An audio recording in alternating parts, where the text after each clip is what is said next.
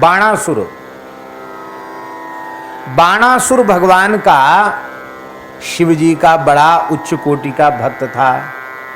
इतना उच्च कोटि का भक्त है बाणासुर कि आज भी रुद्राभिषेक के बाद उसका नाम लिया जाता है। हाँ, नले में तो एक अभिषेक का, शिव पूजन का दोष है। बोलते हो कि नहीं बोलते हो? बाण रावण चंडी स श्रृंगी भृंगी ऋटादय सदा शिवस्य नैवेद्यम सर्वे गृह्णन्तु शाम्भवाः। ये कहना पड़ता है शिवार्चन के बाद, क्योंकि शिवार्चन के बाद शिवजी के प्रसाद की अभिलाषा से इतने लोग सामने आकर खड़े हो जाते हैं। उनमें सबसे पहला नाम है बाणासुर का, रावण का नाम दूसरा है, चंडीस तीसरे हैं, श्रृंगी और भृंगी ये हैं, ये और पीछे हैं, रिट आदि, रिट के बाद फिर तो और आदि और बहुत से गण। ये सब जो है शंकर जी का नैवेद्य लेना चाहते हैं, इसलिए शंकर जी को भोग लगाने के बाद इनका नाम लिया जाता है, महाराज आपो प्रसाद पाओ। क्या भोले बाबा के अनन्य भक्त हो, इतने बड़े भक्त हैं। इसी तरह से भगवान को भोग धराने के बाद यदि सदा वासुदेव प्रसादान्नम सर्वे गृह्णन्तु वैष्णवा ये न कहा जाए तो ठाकुर जी भोग ग्रहण नहीं करते हैं। शिव जी को भोग लगाओ तो शिव पार्षदों को प्रसाद दो, भगवान को भोग लगाओ तो उद्धव जी, प्रहलाद जी आदि जो भगवान के भक्त हैं, हनुमान जी, गरुड़ जी, इनको भगवत प्रसाद दो, क्योंकि सब भगवत प्रसाद की अभिलाषा में खड़े रहते हैं। बोलो भक्तवत्सल भगवान की जय। एक मत यह भी है कि शिव जी का प्रसाद बहुत से लोग क्यों नहीं लेते हैं? बोले शंकर जी का तो प्रसाद लेने में कोई बाधा नहीं है, पर जो शंकर जी के गण है ना, बाण रावण चंडीस श्रृंगी भृंगी ये सब जो है ये उसे ग्रहण कर लेते हैं। इसलिए चंड का उच्छिष्ट होने, चंड आदि गणों का उच्छिष्ट होने से अन्य जो दीक्षा वाले लोग हैं जिनकी शैवी दीक्षा नहीं है उन्हें नहीं ग्रहण करना चाहिए, ऐसा भी कहीं शास्त्रों में लिखा है। किंतु हमारे पूज्य सदगुरुदेव श्री भक्तमाली जी वे कहते थे, नाभाजी महाराज ने हरि प्रसाद रस स्वाद के भक्त इते परमान, इस 56 छंद में भगवान शिव का नाम लिया है। भगवान शिव प्रसादनिष्ठ भक्त हैं, भगवत प्रसाद पाते हैं। तो बोले श्री प्रिया प्रीतम को, सीताराम जी को, श्यामा श्याम को प्रेम से भोग धराओ और युगल सरकार का अधरामृत भोले बाबा को प्रदान करो कि हे प्रभु आपसे अधिक प्रसाद की महिमा जानने वाला और कौन है। और फिर उनको भोग लगा करके लो तो वो महाप्रसाद हो गया, फिर लेने में कोई बाधा नहीं। लेकिन भगवान को भोग नहीं लगाया गया, सीधे शिव जी को अर्पित किया गया है, तो उसे शिव पार्षद भी ग्रहण करते हैं, फिर वह दूसरों के ग्रहण करने के योग्य नहीं रह जाता है। इसलिए वैष्णव तो भगवत प्रसाद ही। अब हमारे यहाँ मलुक में ठाकुर जी भोले बाबा विराजे हैं, मलुकेश्वर महादेव, पर उनको नित्य भगवान का भोग लगता। क्या भोग लगता है? मंदिर में जो थाल ठाकुर जी भोग आरोगते हैं वही भगवत प्रसाद उन्हें मिलता है, और फिर हम लोग सब प्रसाद ले लेते हैं, कोई बाधा नहीं है। बोलो भक्तवत्सल भगवान की। भगवत प्रसाद की महिमा है। तो शंकर जी यही चाहते थे कि ये बाणासुर हमारा परम भक्त है। 1000 भुजाएं थी महाराज इसके, 1000 भुजाएं। शंकर जी इससे प्रसन्न ज्यादा क्यों थे और सुन लो। स्कंद पुराण के अनुसार, शिव पुराण के अनुसार ये इतना बड़ा गवैया बजवैया था, नचवैया, कि महाराज 1000 अपने हाथों में वाद्य एक साथ ले लेता था, और 1000 भुजाओं से एक साथ बाजे बजाता था, अलग अलग प्रकार के बाजे, और फिर भगवान शंकर के सामने नृत्य करता था। शंकर जी इस पर बहुत अधिक रिझे हुए थे, बहुत प्रसन्न थे शंकर जी इस पर। शंकर जी चाहते थे कि ये हमारा भगत तो है ही है, ये भगवान श्री कृष्ण का भक्त हो जाए, मेरे प्रभु का भक्त बन जाए। वो तो भगवान को ही सब कुछ मानता। तो एक दिन की बात है, इसको अहंकार हुआ, अहंकार तो था ही।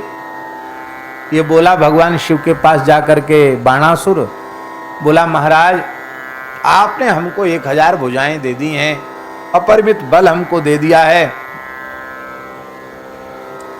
हमको इन भुजाओं में खुजली मच रही है। शंकर जी हंसने लगे, बोले किसी अच्छे कुशल वैद्य को दिखाओ, दाद खाद खुजली हो गई हो तो मलहम लगाओ, कुछ दवाई करो। बोले ऐसी कोई बीमारी नहीं है, पर लड़ने की खुजली मच रही, युद्ध की खुजली। ये खुजली तब मिटेगी जब कोई वीर हमसे लड़े।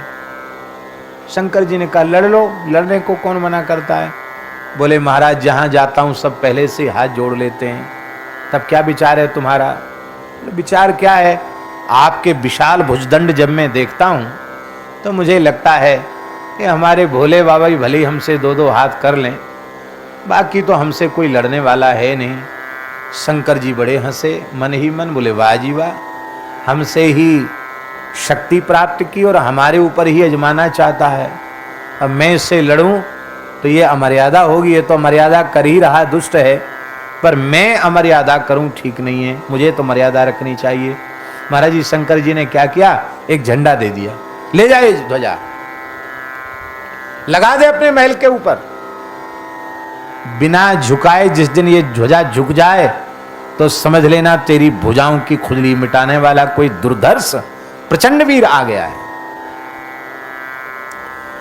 और जब बाणासुर की पुत्री उषा ने चित्रलेखा की सहायता से अनिरुद्ध जी का वर्ण कर लिया, और जब नारद जी के द्वारा पता चला भगवान को द्वारिका में, और भगवान सेना लेकर, नारायणी सेना लेकर के दाऊ जी प्रद्युम्न जी के सहित जब भगवान शोणितपुर पधारे, तो जैसे भगवान ने बाणासुर के नगर में प्रवेश किया, ध्वजा बिना झुकाए अपने आप लटक कर नीचे आ गई, झुक गई ध्वजा।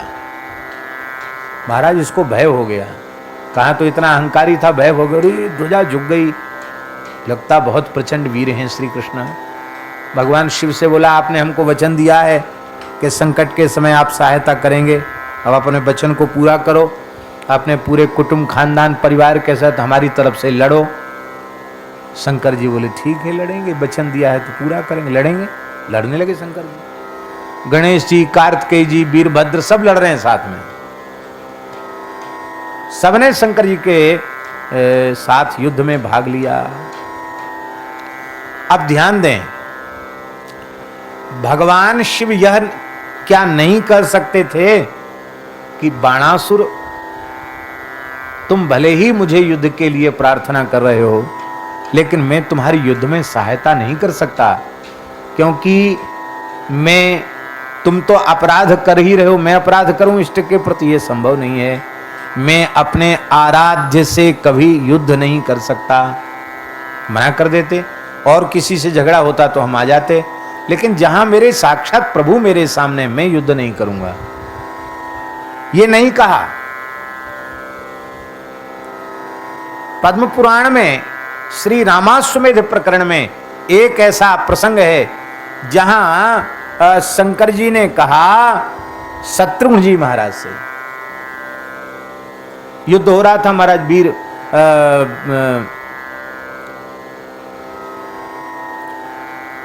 बड़ा अद्भुत प्रसंग है पद्म पुराण में वीरसेन जी का।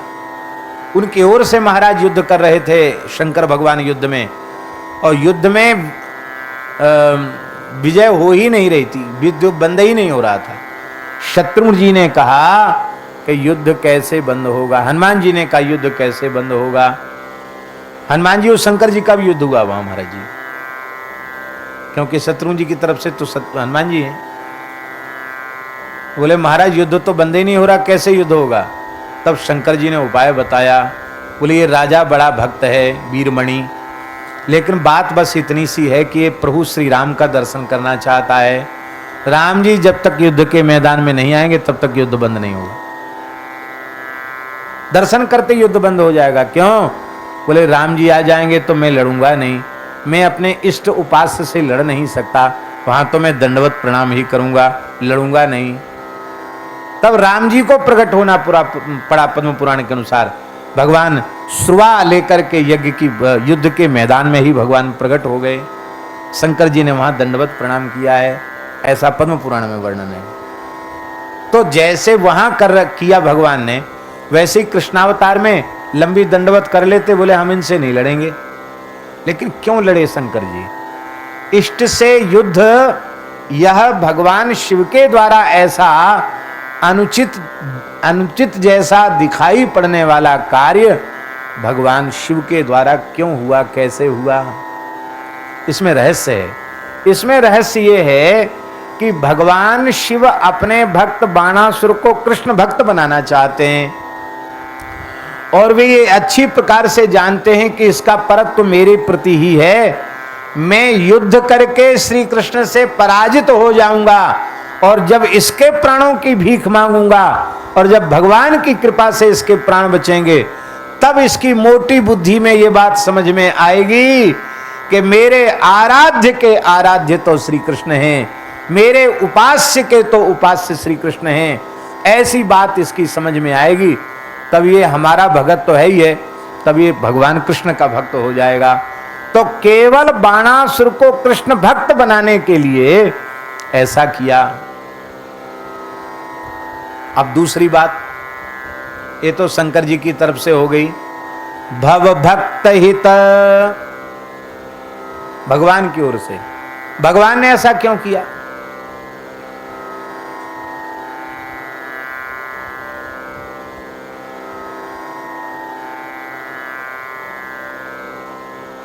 भगवान ने बाणासुर की भुजाओं को इसलिए काटा सुदर्शन चक्र से कि तू मेरे प्राण प्रिय भगवान शिव से ही लड़ना चाहता है, तो न रहेगा बांस, न बजेगी बांसुरी, न रहेंगी तेरी भुजाएं, न होगी खुजली, फिर काय को भोले बाबा से लड़ेगा। इसलिए भगवान ने भुजाएं काटी। और जब शंकर जी जृंभणास्त्र के प्रभाव से मुक्त हुए और शंकर जी ने कहा कि प्रभु आप कृपा करके बाणासुर के प्राण छोड़ दीजिए, क्योंकि मैंने इसे अभयदान दिया है। भगवान बोले हम इसके प्राण नहीं लेंगे, क्योंकि ये आपका भक्त है, और जो आपका भक्त है वो मेरा भक्त है। मैंने इसका हित किया है। इसकी जो भुजाएं अहंकार उत्पन्न कर रही थी उनको मैंने काट दिया है।